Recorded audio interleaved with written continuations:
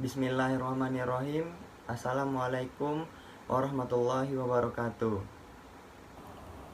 Kami dari kelompok 7 akan mempresentasikan hasil dari kerja makalah kami dengan tema 9 elemen jurnalisme.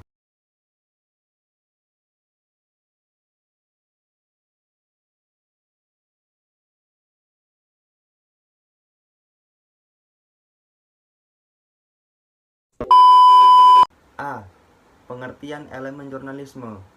Kata elemen berasal dari kata Latin elementum yang berarti bagian-bagian dasar yang mendasari sesuatu.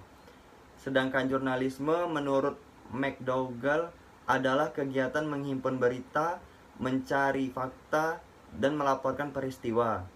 Jadi, elemen jurnalisme adalah bagian-bagian yang mendasar dalam melakukan kegiatan menghimpun berita, mencari fakta, dan melaporkan peristiwa yang dilakukan oleh jurnalis dalam bentuk jurnal yang akan disampaikan kepada masyarakat baik di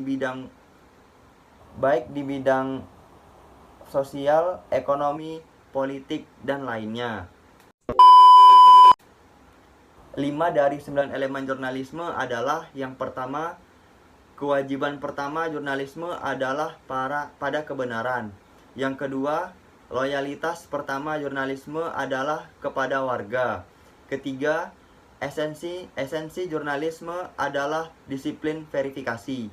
Yang keempat, jurnalis harus tetap independen dari pihak yang mereka liput. 5. Jurnalis harus melayani sebagai pemantau independen terhadap kekuasaan. Baiklah, selanjutnya akan dilanjutkan oleh teman saya.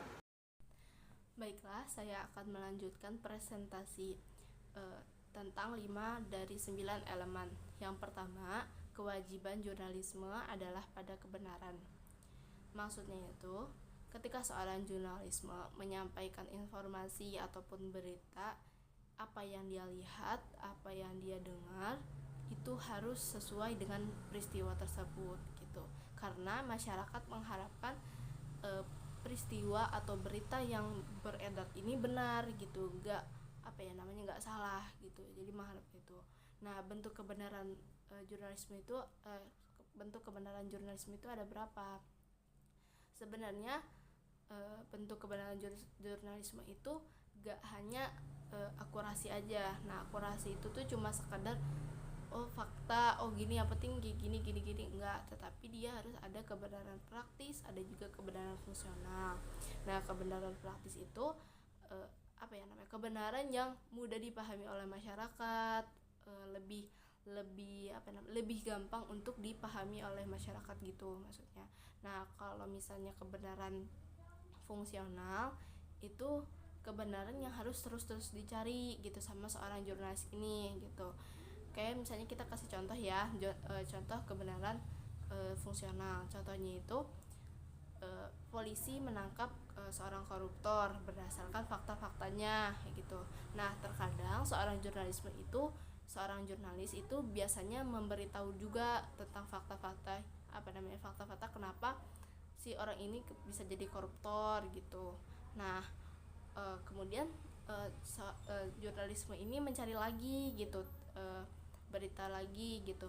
Nah, sampai akhirnya jurnalis ini mencari berita, udah sampai di bagian si jaksa membuat tuntutan tentang kepada seorang koruptor ini gitu.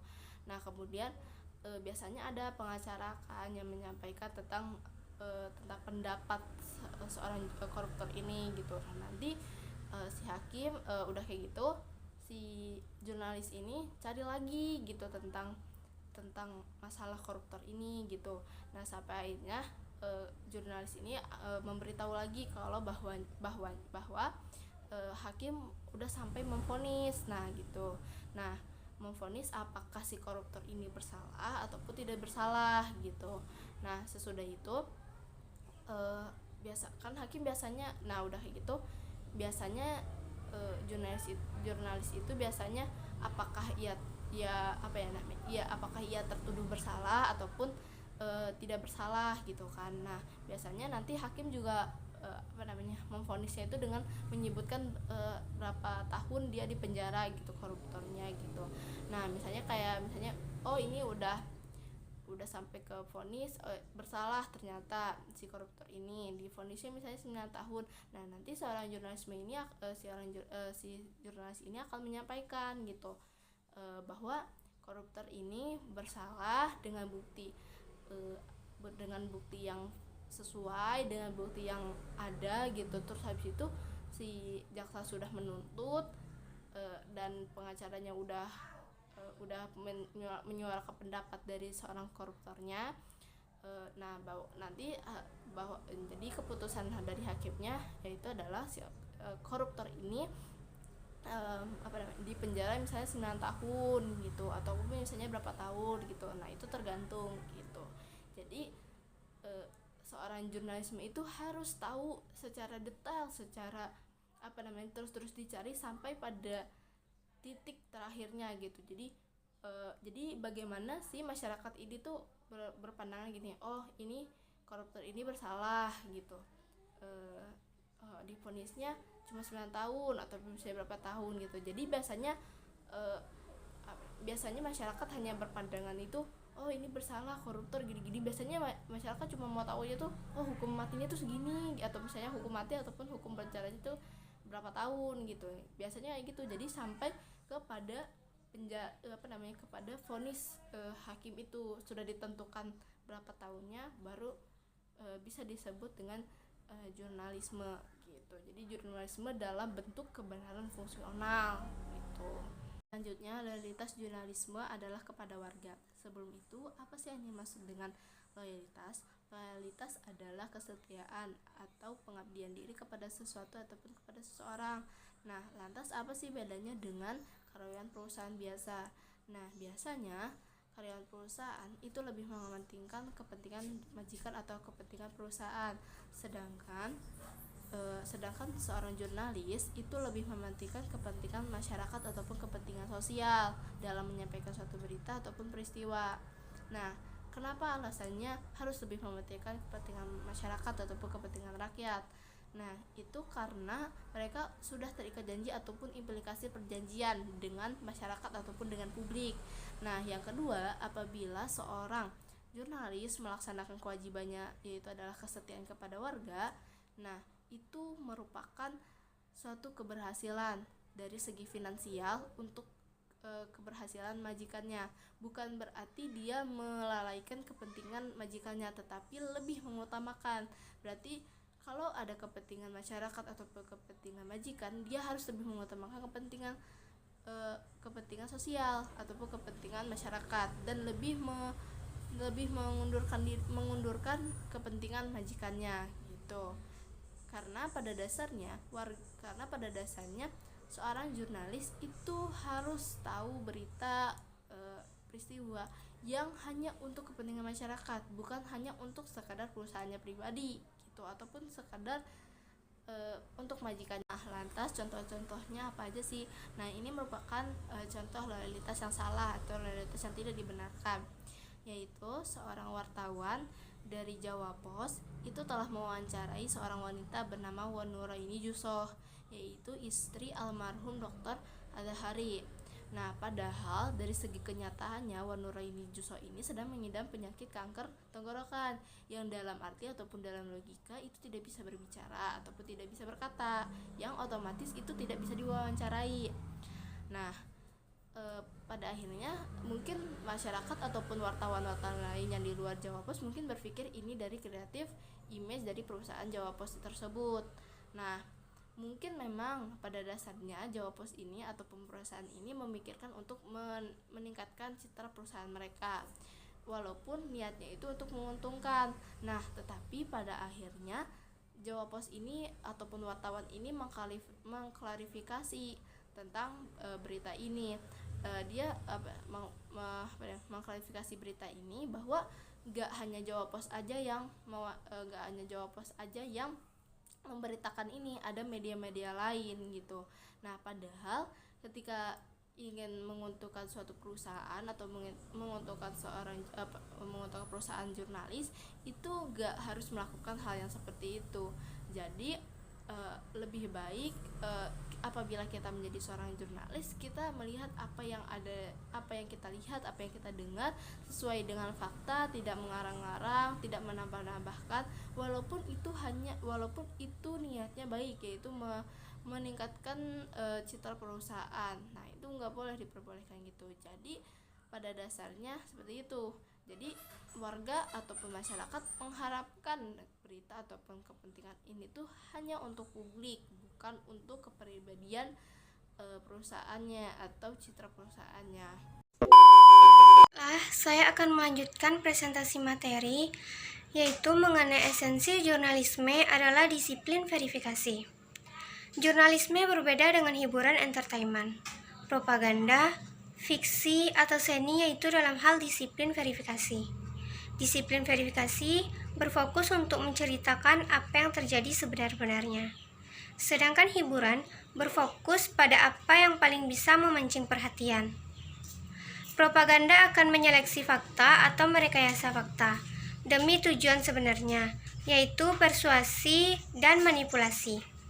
Contoh disiplin verifikasi yaitu berita mengenai wanita tua yang dihipnotis di Kota Bandung, yang dimuat di koran Pikiran Rakyat edisi 7 Maret 2012, menyebutkan bahwa wanita tersebut kehilangan uang sebesar 60 juta.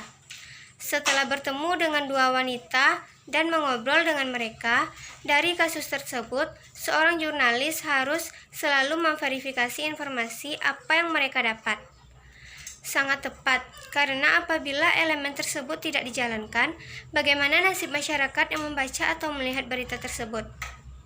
Bila ternyata berita tersebut hanya kebohongan semata. Baiklah, saya akan melanjutkan presentasi dari kelompok kami, yaitu jurnalis harus tetap independen dari pihak yang meliput. Jurnalis harus tetap independen dari faksi-faksi independensi dengan semangat dan pikiran. Independensi adalah suatu keadaan atau posisi di mana kita tidak terkait dengan pihak manapun. Penting untuk jurnalis dalam menjaga semacam jarak personal agar dapat melihat segala sesuatu dengan jelas dan membuat penilaian independen. Ada kecenderungan media yang dapat menerapkan ketentuan jarak yang lebih ketat pada jurnalisnya. Misalnya, mereka tidak boleh menjadi pengurus parpol atau konsultan politis tertentu. Baiklah, yang selanjutnya yaitu jurnalis harus melayani sebagai pemantau independen terhadap kekuasaan. Jurnalis harus bertindak sebagai pemantau independen terhadap kekuasaan. Wartawan tak sekadar memantau pemerintahan, akan tetapi lembaga kuat di masyarakat. Akan tetapi prinsip pemantau ini sering disalahpahami, bahkan oleh kalangan jurnalis sendiri, dengan mengartikan sebagai pengganggu pihak yang menikmati kenyamanan. Prinsip pemantauan juga terancam oleh praktik penerapan yang berlebihan atau pengawasan karena untuk memuaskan hasrat audiens, pada esensi daripada melayani kepentingan umum. Ancaman terhadap prinsip pemantauan adalah lebih berbahaya, yaitu konglomerasi korporasi yang secara efektif menghancurkan independensi. Sekian dan terima kasih. Apabila ada kesalahan, mohon maaf. Ditutup dengan doa. Rabbana atina fid dunya hasanah wa fil akhirati hasanah wa qina adzabannar. Assalamualaikum warahmatullahi wabarakatuh.